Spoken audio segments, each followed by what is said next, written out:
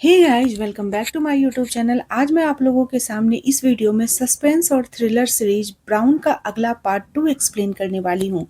Part 1 मैंने पहले ही explain कर दिया है, आप उस वीडियो को जाके देख सकते हैं। तो विदाउट वेस्टिंग टाइम चलिए वीडियो का एक्सप्लेनेशन स्टार्ट करते हैं। अब तक हमने देखा था कि बिजनेस टाइकून धीरज जायसवाल की बेटी आहना का कत्ल कोई बेरहमी से गला काटकर कर देता है और इन्वेस्टिगेशन ऑफिसर रीटा का शक आहना की फैमिली और उसके एक्स बॉयफ्रेंड शौकत पर जाता है। तो चलिए कहानी को आगे बढ़ाते हैं। अब आगे इंस्पेक्टर अर्जुन सीधे उस न्यूज स्टूडियो में जाता है जहां पर एंकर ने लाइव टीवी पर रीता को डिफेम किया था। अर्जुन वहां जाकर उस एंकर के कुछ पुराने स्कैम्स और काले कारनामों का उजागर करने की धमकी देता है। अर्जुन का यह रूप देखकर वह एंकर डर जाता है और इस बात को दबाने के लिए अर्जुन को कीमत देने की बात करता है। इस पर अर्जुन उसे साफ शब्दों में कहता है कि उसे कीमत नहीं चाहिए, उसे ऑन कैमरा रीता के बारे में जो कुछ भी बकवास की है उसे वापस लेना होगा। लाइव में ही रीता से माफी मांगनी होगी। वो डरपोक एंकर अपने अगले ही शो में बिल्कुल ऐसा ही करता है। वो रीटा से माफी मांगता है और इसके बाद अर्जुन इस केस की तफ्तीश के लिए आगे बढ़ाते हुए पर्सनली आहना के भाई संजय की वाइफ अनन्या से जाकर मिलता है। अनन्या से बातचीत के दौरान आहना के केस से रिलेटेड एक बहुत ही अजीब बात सामने आती है। अनन्या अर्जुन को बताती है कि आहना संजय से बहुत डरती थी। इसके बाद अर्जुन रीता के पास जाता है और अनन्या से मिले इस सुराग के बारे में बताता है। वो रीटा को समझाता है कि केस में अब नया मोड़ आ चुका है, उसे वापस आकर इस केस की कमान संभालनी चाहिए, लेकिन रीटा वो अर्जुन की बात सुनने से साफ मना कर देती है। अगले सीन में हम संजय का एक बेहद अजीब और डार्क साइड देखते हैं। वो अपनी गर्लफ्रेंड से मिलने उसके ठिकाने पर जाता है, जहां वो इंटीमेट होने से पहले गर्लफ्रेंड को एक स्कूल ड्रेस पहनने के लिए देता है। संजय की इस घिनौनी हरकत को धीरज जायसवाल का इन्फॉर्मर चुपके से अपने कैमरे में रिकॉर्ड कर लेता है। दूसरी तरफ पुलिस कमिश्नर एक बड़ा फैसला लेते हुए आहना मर्डर केस का नया इंचार्ज अर्जुन को बना देते हैं। कमिश्नर अर्जुन पर प्रेशर डालते हुए कहते हैं कि वो किसी भी तरह ड्राइवर राजू को ही कातिल साबित कर दे, इस केस का हमेशा के लिए क्लोज कर दे। हालांकि अर्जुन अंदर से इस बात के लिए बिल्कुल भी तैयार नहीं था, पर अपनी जॉब खोने के डर से वो कमिश्नर की बात मान लेता है। जब टीवी पर राजू की गिरफ्तारी और केस क्लोज होने की न्यूज आहना की मां नौनी देखती है तो उनका दिल टूट जाता है। उन्हें साफ एहसास हो जाता है कि उनकी बेटी आहना को जस्टिस नहीं मिला है और उनके पति धीरज जायसवाल अपने ही दम पर इस केस को दबाने की कोशिश कर रहे हैं। उधर आहना का एक्स बॉयफ्रेंड शौकत पर भी इस केस का असर पड़ता है। मर्डर केस में सस्पेक्ट होने के बावजूद उसे लैब में एक्सपेरिमेंट्स करने से पूरी तरीके से बैन कर दिया जाता है। कॉलेज और लैब का यह एक्शन शौकत को बिल्कुल भी रास नहीं आता है। वह गुस्से से भर जाता है। इसी बीच संजय के घर में भी बवाल खड़ा हो जाता है। अनन्या और संजय के बीच दूरियां इस कदर बढ़ चुकी होती है कि संजय फाइनली अनन्या को डिवोर्स दे देता है। हालांकि अनन्या को संजय की इस कदम की उम्मीद पहले से ही थी। अब कहानी में एक बेहद खौफनाक ट्विस्ट आता है जब शहर में एक और बेरहमी से मर्डर हो जाता है। इस मर्डर का भी बिल्कुल उसी तरीके से हुआ था जैसे आहना का हुआ था। इस बार विक्टिम उषा नाम की एक लड़की थी। कातिल ने उसे एक बंद पड़ी फैक्ट्री के स्विमिंग पूल के ऊपर बांधकर लटकाया था और फिर बड़ी बेरहमी से उसका गला काट दिया था। क्राइम सीन पर पहुंचे फॉरेंसिक डॉक्टर घोष बाबू जब बॉडी की हालत देखते हैं तो तुरंत समझ जाते हैं कि यह उसी सीरियल किलर का काम है। वो बिना टाइम गवाए सीधा रीटा ब्राउन को कॉल करते हैं, लेकिन रीटा कॉल पिक नहीं करती है। दरअसल रीटा उस वक्त एक क्लिनिक में होती है जहां वो अपनी शराब की लत छुड़ाने की थेरेपी का सेशन ले रही थी। मगर डॉक्टर घोष बाबू अच्छी तरह जानते थे कि सातिर और साइकिल किलर को रीटा ब्राउन के दिमाग के बिना नहीं पकड़ा जा सकता है। इसके बाद हम वहां पे देखते हैं कि जहां रीटा अपनी थेरेपी के दौरान डॉक्टर संदीप से बात करती है। रीटा डॉक्टर संदीप को शुक्रिया अदा करती है, घर पर डिनर के लिए इनवाइट करती है। इसी बीच इंस्पेक्टर अर्जुन वहां पहुंचता है और रीटा को दूसरे मर्डर की खबर देता है। केस की गंभीरता को देखते हुए रीटा आखिरकार अर्जुन की हेल्प करने के लिए इस केस में आ जाती है। रीटा और अर्जुन तुरंत दूसरी विक्टिम उषा के घर पर इंट्रोगेशन के लिए जाते हैं। पूछताछ में पता चलता है कि उषा की शादी कुछ साल पहले ऋषभ से हुई थी। वो अपने ससुराल में काफी खुश थी। वह उसका ख्याल रखती थी और पूछताछ के दौरान अर्जुन को शक होता है ऋषभ के दोस्त और बिजनेस पार्टनर अंकित पर, क्योंकि बातचीत के दौरान उसका बिहेवियर थोड़ा सा सस्पेक्ट लग रहा था। अर्जुन तुरंत अपनी साइबर टीम को अंकित के पास्ट लोकेशन और मूवमेंट को ट्रैक करने का ऑर्डर देता है। अब न्यूज़ चैनल और मीडिया में यह बात आग की तरह फैल जाती है कि उषा का मर्डर भी बिल्कुल आहना जायसवाल की तरह ही हुआ है। मीडिया पुलिस पर सवाल उठाने लगती है। पुलिस ने आहना के केस में किसी गलत आदमी को फंसाया है, जबकि असली कातिल कोई और साइको किलर है जो खुलेआम घूम रहा है। यह सब टीवी पर देखकर धीरज जायसवाल बुरी तरह घबरा जाता है। सीएम को कॉल कर लगाता है और जायसवाल पब्लिक प्रेशर का वास्ता देकर सीएम के केस को रीओपन करने के लिए कहता है। सीएम तुरंत पुलिस कमिश्नर को फटकार लगाता है और आदेश देता है कि रीटा ब्राउन को वापस लाकर आहना मर्डर केस का री इन्वेस्टिगेशन शुरू की जाए। मजबूरन कमिश्नर रीटा को बुलाकर केस वापस सौंपने की बात करता है, लेकिन रीटा यहाँ पर अपना कड़क अंदाज दिखाती है। वो कमिश्नर से साफ कह देती है कि वह इस केस का इंचार्ज नहीं बनेगी, बल्कि सिर्फ अर्जुन को असिस्ट करेगी। इस दौरान आहना की best friend Shefali inspector Arjun के पास पहुंचती है। शेफाली रोते हुए आहना के एक्स बॉयफ्रेंड शौकत के खिलाफ मारपीट और कंप्लेंट दर्ज कराती है। अगले सीन में रीटा एक रेस्टोरेंट में डॉक्टर संदीप को किसी एक औरत के साथ देखती है। जब वह इस बारे में संदीप से पूछती है तो संदीप बात करते हुए बताता है कि वह उसकी एक पेशेंट है। उधर फॉरेंसिक डॉक्टर घोष बाबू को ऑटोप्सी रिपोर्ट के लिए एक बेहद चौंकाने वाली बात पता चलती है कि मर्डर के टाइम उषा प्रेग्नेंट थी। इस बीच अर्जुन को अपनी साइबर टीम से अंकित की मोबाइल लोकेशन मिल जाती है। रिपोर्ट के मुताबिक मर्डर वाली रात अंकित एक होटल में रुका हुआ था, जबकि पूछताछ में उसने दावा किया था कि वह अपने घर पर था। उसके बाद अर्जुन उस होटल में पहुंचता है तो वहां पर एक अलग ही नज़ारा देखने को मिलता है। कैमरे के अंदर अंकित और उषा का पति ऋषभ दोनों अर्धनग्न व्यवस्था में मिले थे। यानी ऋषभ और अंकित आपस में गए थे और एक दूसरे के साथ सीक्रेट रिलेशनशिप में थे। अर्जुन उन दोनों को अरेस्ट करके सीधे पूछताछ वाले रूम में लेकर आता है। वहां रीटा जब अपने स्टाइल में उनसे पूछताछ करती है तो ऋषभ रोते हुए एक बड़ा सच उगलता है। ऋषभ बताता है कि शादी के कुछ दिन बाद ही वह उसने उषा को सच बता दिया था कि वो और उसने यह शादी सिर्फ अपने फैमिली प्रेशर में आकर की है। अगले सीन में रीटा ब्राउन अपने इन्फॉर्मर जॉन से जाकर मिलती है। जॉन रीटा को उस लड़की का एड्रेस देता है जिससे संजय गुपचुप तरीके से मिलने जाया करता था। इसी बीच धीरज जायसवाल का इन्फॉर्मर उन्हें संजय का एक वीडियो दिखाता है, जिसे देखकर जायसवाल समझ जाते हैं कि अब पानी सिर से ऊपर हो चुका है। वह तुरंत उस लड़की को शहर से कहीं दूर भेज देते हैं और साथ ही संजय का पासपोर्ट भी रेडी करने को कहते हैं। इसके बाद रीटा और अर्जुन तफ्तीश के लिए सीधे उस क्लिनिक पर छापा मारते हैं जहां पर उषा का अबॉर्शन हुआ था। पुलिस को देखते ही क्लिनिक का स्टाफ और डॉक्टर भागने लगता है, क्योंकि वहां अवैध रूप से अबॉर्शन का धंधा चल रहा था। पुलिस तुरंत उस क्लिनिक को सीज कर देती है। वहां पर एक नर्स ने रीटा को उषा के बारे में बेहद इमोशनल और जरूरी जानकारी देती है। नर्स बताती है कि उषा उस बच्चे को गिराना नहीं चाहती थी, लेकिन ससुराल वालों के भारी प्रेशर के आगे वो बेबस थी। उसके पेट में एक नन्ही सी बच्ची थी और अबॉर्शन के बाद उषा क्लिनिक में फूट फूट कर रोई थी।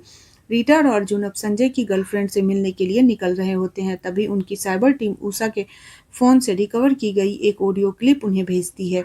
उस ऑडियो में उषा का जो दर्द सामने आता है, उसे सुनकर सबके रोंगटे खड़े हो जाते हैं। उषा अपनी रिकॉर्डिंग में कहती है कि यह सब किसी को बताना नहीं चाहती थी, लेकिन किसी ने उससे कहा था कि सच उगलने के लिए उसका मन बोझ हल्का हो जाएगा। उषा बताती है कि शादी के बाद जब उसका पति ऋषभ उसके करीब नहीं आता था, तब एक दिन ऋषभ बिजनेस ट्रिप पर बाहर गया हुआ था तो उषा के साथ एक खौफनाक हादसा हुआ।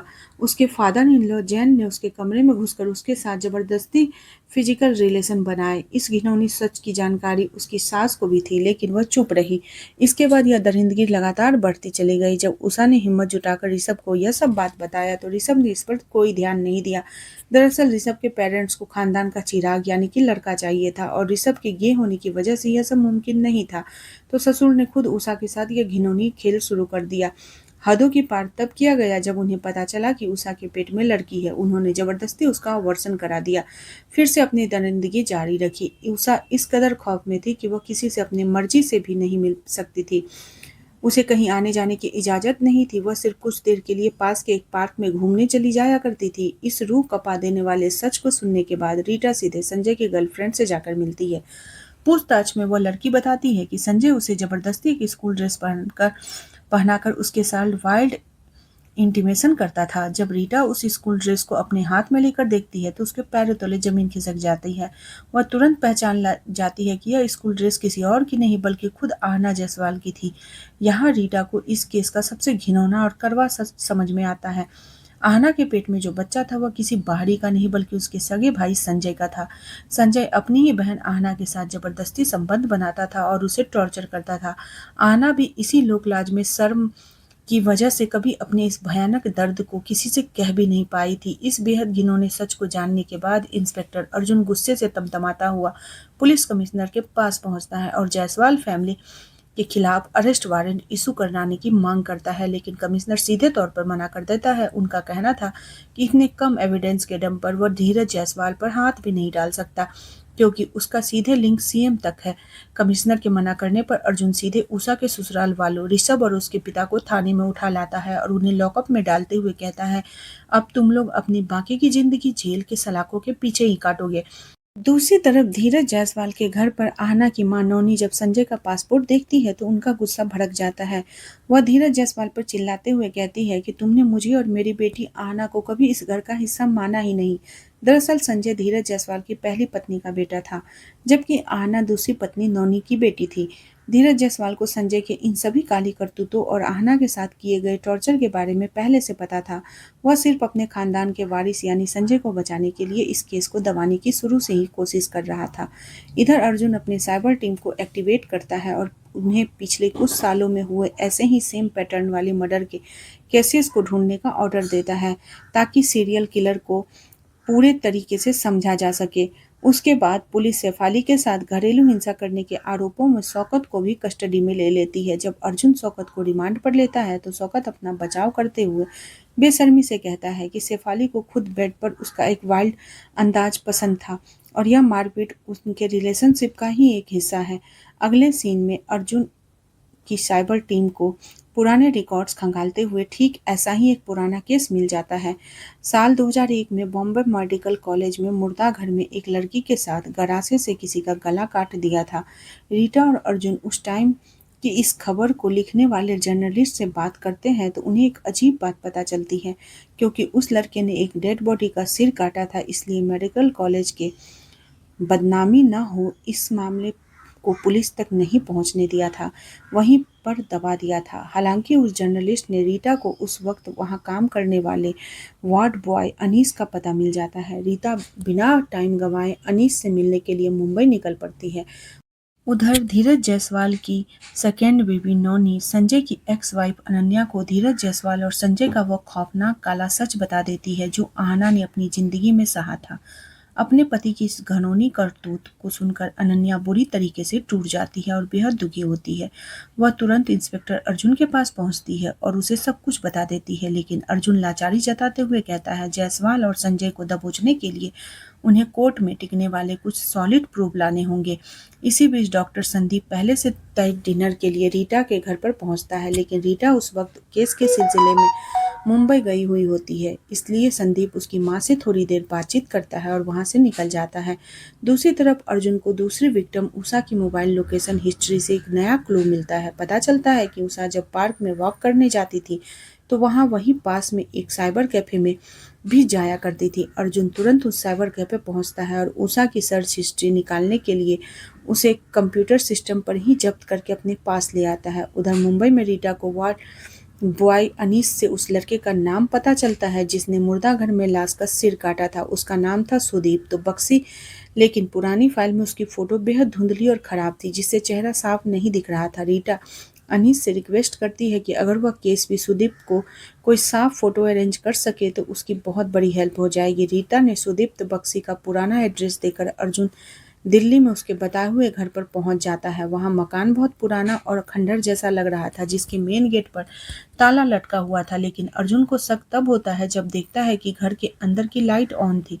इसका मतलब साफ था कि कोई न कोई सीक्रेटली इस घर में बंद में आता जाता है। अर्जुन तुरंत अपने 2 कांस्टेबल को उस घर के बाहर तैनात कर देता है। उधर साइबर टीम उषा के कंप्यूटर सिस्टम की सर्च हिस्ट्री रिकवर कर लेती है।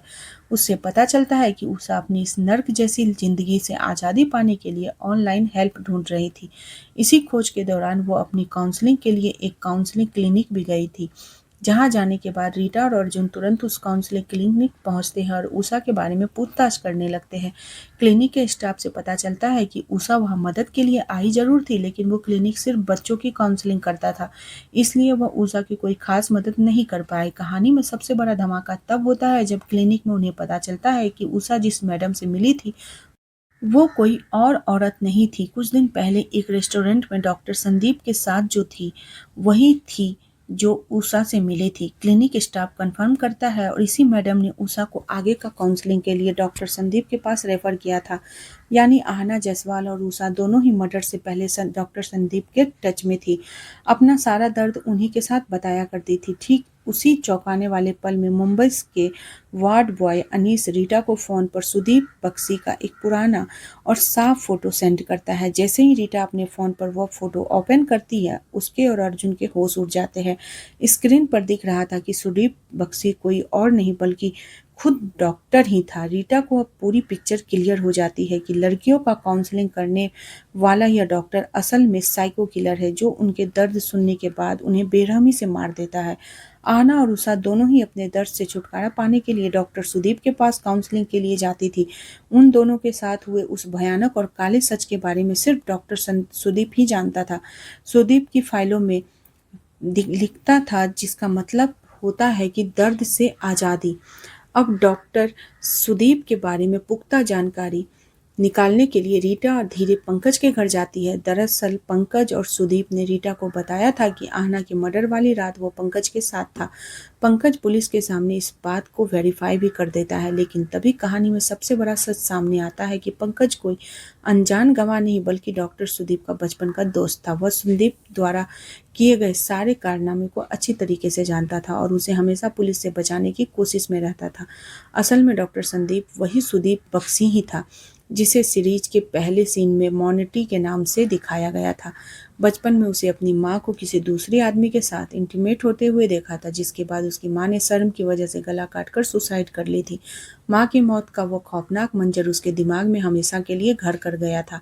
बचपन में एक बार उसने अपने दोस्त पंकज के सामने एक चिड़िया का गला काट दिया था, क्योंकि वह चोट की वजह से तड़प रही थी। संदीप को यह सब करने में एक अजीब सा सुकून मिलता था। उसे लगता था कि गला काटकर वह तड़पते हुए जीवों को उनको दर्द से मुक्ति दे रहा है। जब वो बड़ा हुआ तो उसने अपनी माँ के सुसाइड के जिम्मेदार अपने खुद के बाप को भी गला काटकर मर्डर कर दिया था। मौजूदा सीन में रीटा के कहने पर अर्जुन डॉक्टर संदीप का पीछा करना शुरू करता है, लेकिन संदीप बेहद शातिर तरीके से बाजार की भीड़ में कहीं गायब हो जाता है। जब पुलिस की टीम वहां क्लिनिक पर रेड मारती है तो वहां से आहना और उषा की सीक्रेट फाइल बरामद होती है। फॉरेंसिक टीम वहां से संदीप के फिंगरप्रिंट्स कलेक्ट कर लेती है और उधर संदीप छुपते छुपाते अपने पुराने बंद घर में आता है। वहां बाहर तैनात पुलिस वाले उसे देख नहीं पाते हैं। घर के अंदर जाकर वह एक सीक्रेट अलमारी से वह संदूक निकालता है जिसमें उसका मर्डर यानी कि गरासा रखा हुआ था। वो गरासा लेकर वहां से निकल जाता है। यानी संदीप अब अपने अगले शिकार की तरफ बढ़ रहा था। थोड़ी देर बाद ड्यूटी पर मौजूद कांस्टेबल को एहसास होता है कि संदीप घर के अंदर आया था। वह तुरंत ही जानकारी अर्जुन को देता है। अर्जुन और रीटा फॉरेंसिक टीम के साथ वहां पहुंचकर छानबीन शुरू करते हैं। तभी अचानक रीटा के पास फोन आता है कि उसकी माँ की तबीयत बहुत खराब हो गई है, जिसके कारण उसे तुरंत अपने घर जाना पड़ेगा। जैसे ही रीटा अपने घर पहुंचती है तो वहां पहले से बैठा डॉक्टर संदीप उस पर हमला कर देता है। वह रीटा को बेहोश करके एक घने जंगल में लेकर आता है और उसे एक पेड़ से बांध देता है। जब रीटा को होश आता है तो संदीप साइको की तरह हंसते हुए कहता है कि आज वह रीटा को भी उसके डिप्रेशन और जिंदगी के सारे दर्द से आजाद कर देगा। यहाँ संदीप खुद कबूल करता है कि आहना और उषा को उसी ने मारा था, क्योंकि वह दोनों अपनी जिंदगी के नर्क और दर्द को बर्दाश्त नहीं कर पा रही थी। जैसे ही संदीप रीटा का गला काटने के लिए गरासा उठाता है, रीटा अपनी चालाकी से अपने हाथ खोल लेती है और उसी का गरासा लेकर संदीप के पैर पर वार करती है। संदीप दर्द से कराकर नीचे गिर जाता है। ठीक उसी टाइम अर्जुन पूरी पुलिस फोर्स के साथ वहां पहुंचकर डॉक्टर संदीप के रंगों हाथे अरेस्ट कर लेता है। साथ ही प्रूफ छुपाने और कातिल की मदद करने के जुर्म में पंकज को भी गिरफ्तार कर लिया जाता है। इस तरह यह high profile serial killer case solve हो जाता है। अब अगले दिन जब रीटा वापस अपने पुलिस ऑफिस आती है तो पूरा डिपार्टमेंट तालियों के साथ उसका स्वागत करता है, उसे बधाई देता है। अर्जुन मुस्कुराते हुए रीटा जायसवाल की फैमिली को अरेस्ट वारंट दिखाता है और उसके बाद रीटा और अर्जुन अपनी टीम के साथ धीरज जायसवाल और उसके दरिंदे बेटे संजय जायसवाल को अरेस्ट करने के लिए निकल पड़ते हैं। उसी कड़क क्लाइमेक्स के साथ यह बेहतरीन सीरीज खत्म हो जाती है। तो दोस्तों, आपको इस सस्पेंस थ्रिलर सीरीज का एक्सप्लेनेशन कैसा लगा, प्लीज़ कमेंट करके हमें ज़रूर बताना। और आपको मेरा एक्सप्लेनेशन करने का तरीका कैसा लगा, प्लीज़ आप लोग ज़रूर बताना। मैं आप लोगों से फिर मिलती हूँ नेक्स्ट वीडियो के साथ। तब तक के लिए बाय बाय, टेक केयर।